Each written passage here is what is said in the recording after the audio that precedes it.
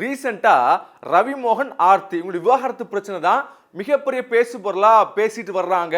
ஒருத்தர் குறை சொல்லிக்கிட்டு பல அறிக்கைகளை வெளியில விட்டுக்கிட்டு இருக்கிறாங்க.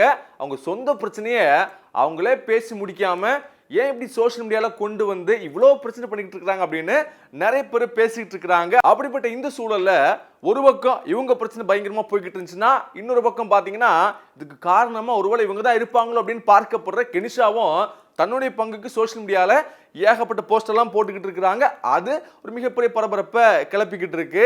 இந்த நிலையில தான் ஆர்த்தி தரப்புல இருந்து மனு தாக்கல் ஒண்ணு பண்ணிருக்கிறாங்க. அதாவது ரவி தனக்கு மாசம் பாத்தீங்கன்னா 40 லட்சமா ஜீவனாம்சம் தரணும் அப்படின்னு கோரி ஆர்த்தி மனு தாக்கல் பண்ணியிருக்கிறாங்க. இந்த விஷயம் தான் இப்ப சோஷியல் மீடியால பயங்கர வைரலா போய்கிட்டு இருக்கு. இதுக்கு ஜூன் 12ஆம் தேதிக்குள்ள கண்டிப்பாக பதில் அளிக்கணும் அப்படின்னு குடும்ப நல நீதிமன்றம் உத்தரவு போட்டிருக்கு. ஸோ இந்த விஷயத்தை பார்த்துட்டு ரவி மோகன் சோஷியல் மீடியாவில் ஒரு போஸ்ட் போட்டிருக்காரு.